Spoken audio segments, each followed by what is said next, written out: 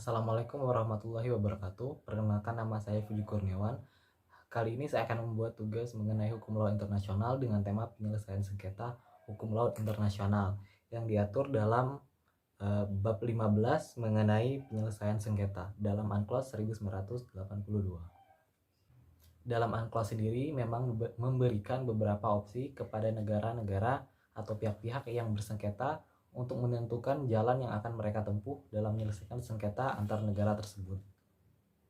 Dalam UNCLOS sendiri pada pasal 279 mengenai kewajiban untuk menyelesaikan sengketa dengan damai. Dalam pasal tersebut disebutkan bahwa negara-negara peserta harus menyelesaikan setiap sengketa antara mereka perihal interpretasi atau penerapan konvensi ini dengan cara damai sesuai dengan pasal 2 ayat 3 Piagam Perserikatan Bangsa-Bangsa, dan untuk tujuan ini harus mencari penyelesaian dengan cara sebagaimana ditunjukkan dalam pasal 33 ayat 1 Piagam tersebut. Opsi yang diberikan dalam UNCLOS 1982 yaitu mulai dari penyelesaian sengketa yang bersifat tidak mengikat. Contohnya yaitu adalah penyelesaian sengketa dengan cara konsiliasi. Mengenai penyelesaian sengketa secara konsiliasi diatur dalam pasal 284 UNCLOS yang berbunyi, suatu negara peserta yang menjadi pihak dalam suatu sengketa perihal interpretasi atau penerapan konvensi ini dapat mengundang pihak atau para pihak lainnya dalam sengketa untuk menyerahkan sengketa itu pada konsiliasi sesuai dengan prosedur berdasarkan lampiran 5 bagian 1 atau suatu prosedur konsiliasi lainnya. 2. Apabila undangan itu diterima dan apabila para pihak sepakat mengenai prosedur konsiliasi yang harus diterapkan, setiap pihak dapat menyerahkan sengketa itu pada prosedur tersebut. 3. Apabila undangan itu tidak diterima atau para pihak tidak sepakat mengenai prosedur, maka proses konsiliasi tersebut harus dianggap telah dihentikan. 4. Kecuali para pihak sepakat secara lain, dalam suatu hal sengketa telah diserahkan kepada konsiliasi. Proses tersebut dapat dihentikan hanya sesuai pada prosedur konsiliasi yang telah disepakati. Proses dari konsiliasi atau mekanisme konsiliasi tersebut adalah prosedur yang dapat ditempuh apabila penyelesaian sengketa hukum laut internasional tidak dapat ditempuh secara damai. Apabila proses penyelesaian sengketa tersebut tidak dapat dilaksanakan secara damai, maka negara-negara yang bersengketa berkewajiban untuk menukar pendapat antar negara. Hal ini diatur dalam pasal 283 UNCLOS. Selain melalui prosedur atau mekanisme konsiliasi, juga ada beberapa cara lain, misalnya dengan cara arbitrase, yaitu melalui Mahkamah Arbitrase Internasional atau Mahkamah Arbitrase Khusus, dan semuanya diatur dalam bab 15 UNCLOS dari pasal 279 hingga pasal 299. Jadi dalam UNCLOS sendiri mengenai penyelesaian sengketa internasional pada prinsipnya harus didahulukan yaitu penyelesaian sengketa secara damai. Apabila tidak dapat dilakukan secara damai, maka baru dapat diberlakukan prosedur-prosedur atau mekanisme khusus dalam menyelesaikan sengketa antar negara yang berselisih. Selain itu, dalam Piagam PBB juga khususnya pada pasal 2 ayat 7 junto pasal 33 dari Piagam PBB tersebut mengenai penyelesaian sengketa secara diplomatik merupakan penyelesaian yang seharusnya harus diutamakan oleh negara-negara yang tengah bersengketa. Perundingan diplomatik tersebut dapat dilakukan baik secara bilateral maupun secara multilateral. Misalnya dalam menyelesaikan sengketa di laut mengenai batas-batas wilayah suatu negara. Apabila antar negara atau beberapa negara ataupun dua negara yang bersengketa tidak dapat menyelesaikan sengketa tersebut di antara mereka, maka sengketa tersebut dapat dibawa ke pengadilan internasional yang dianjurkan oleh UNCLOS 1982. Untuk membuat suatu keputusan yang mengikat, maka terdapat prosedur yang wajib dilakukan. Hal ini tertuang dalam pasal 286 mengenai penerapan prosedur-prosedur. Kemudian dalam pasal 287 mengenai pemilihan prosedur. Ayat 1 berbunyi, pada waktu menandatangani, meratifikasi atau aksesi pada konvensi ini atau pada setiap waktu setelah itu, suatu negara bebas untuk memilih dengan membuat pernyataan tertulis satu atau lebih dari cara-cara berikut untuk menyelesaikan sengketa perihal interpretasi atau penerapan konvensi ini. A. Mahkamah Internasional Hukum Laut yang dibentuk sesuai dengan lampiran 6. B. Melalui Mahkamah Internasional. C. Suatu mahkamah arbitrase khusus yang dibentuk sesuai dengan lampiran 8, dan D. Suatu mahkamah arbitrase khusus yang dibentuk sesuai dengan lampiran 8 untuk satu jenis sengketa atau lebih yang tertera di dalamnya. Selanjutnya, pada ayat 4 tertulis, apabila para pihak dalam sengketa telah menerima prosedur yang sama untuk penyelesaian sengketa, maka sengketa tersebut dapat diserahkan hanya pada prosedur demikian, kecuali apabila pihak sepakat secara lain.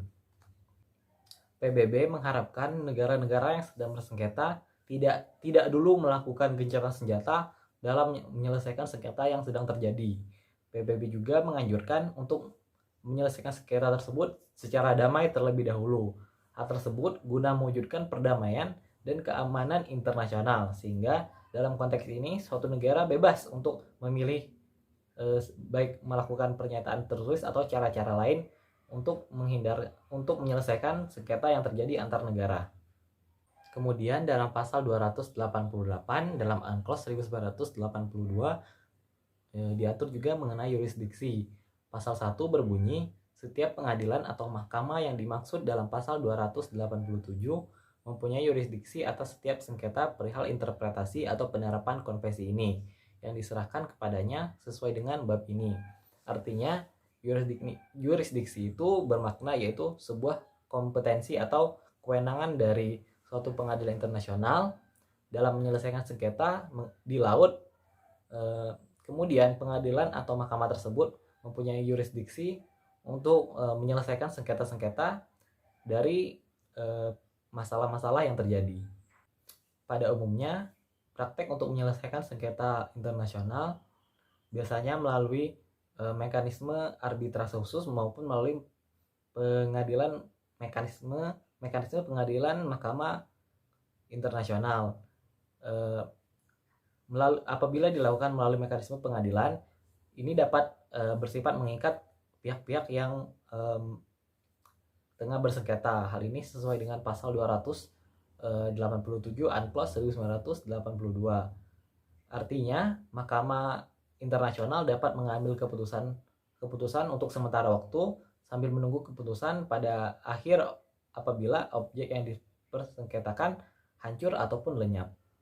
Apabila penyelesaian sengketa dilakukan melalui perjanjian internasional, maka para pihak diwajibkan untuk memberikan segala macam informasi ataupun fasilitas yang diperlukan. Putusan arbitrase diambil melalui suara terbanyak dan juga bersifat final, kecuali disepakati lain oleh para pihak. Dalam Unclos sendiri, pada pasal 290 ada diatur mengenai tindakan sementara. Tindakan sementara dapat diubah atau dicabut segera setelah keadaan yang membenarkannya telah berubah atau telah berhenti. Tindakan sementara dapat diterapkan, dirubah atau dicabut berdasarkan pasal ini hanya atas permintaan suatu pihak dalam sengketa dan setelah para pihak diberi kesempatan untuk didengar. Pengadilan atau mahkamah harus segera memberitahu kepada para pihak atau kepada negara peserta lainnya yang dipandangnya perlu mengenai ditetapkannya atau dirubahnya suatu atau dicabut tindakan sementara. Semua prosedur penyelesaian sengketa yang ditentukan dalam bab ini harus terbuka bagi negara-negara peserta yang tengah bersengketa. Dan yang terakhir, pada pasal 296 yaitu mengenai sifat tingkat akhir dan kekuatan mengikat keputusan-keputusan. Ayat 1 berbunyi, setiap keputusan yang diajukan oleh pengadilan atau mahkamah yang mempunyai yurisdiksi berdasarkan bagian ini bersifat tingkat akhir dan harus dipatuhi oleh semua pihak dalam sengketa. 2. Setiap keputusan demikian tidak mempunyai kekuatan kecuali mengikat antara para pihak dan berkenaan dalam sengketa yang tertentu ini. Baik, saya akan menjawab pertanyaan mengenai apakah PCA berwenang untuk mengadili mengenai sengketa internasional. Jadi, keputusan dari PCA memiliki dasar hukum internasional yang penting sesuai dengan PBB atau UNCLOS 1982 tentang hukum laut. Semua negara di kawasan itu termasuk Cina, Indonesia maupun negara-negara lainnya yang telah menandatangani dan meratifikasi UNCLOS 1982 harus tunduk pada aturan tersebut. Melalui konvensi ini dan dokumen ini memiliki dasar hukum untuk menyelesaikan sengketa mengenai hukum maritim atau hukum laut internasional. Jadi kesimpulannya PCA tentu saja berwenang untuk menyelesaikan sengketa-sengketa mengenai sengketa internasional, baik mengenai laut maupun mengenai hukum kemaritiman. Dasar hukum dari yang saya sebutkan tadi mengenai Permanent Court of Arbitration yaitu memang mempunyai wewenang untuk menyelesaikan sengketa internasional. Hal ini diatur dalam pasal 287 UNCLOS pasal 1 huruf C, yaitu suatu mahkamah arbitrase khusus yang dibentuk sesuai dengan lampiran 6, dan yang D, suatu mahkamah arbitrasi khusus yang dibentuk sesuai dengan lampiran 6 untuk satu jenis sengketa atau lebih yang tertera di dalamnya. Baik, sekian tugas ini saya buat. Apabila ada kekurangan saya mohon maaf. Terima kasih. Wassalamualaikum warahmatullahi wabarakatuh.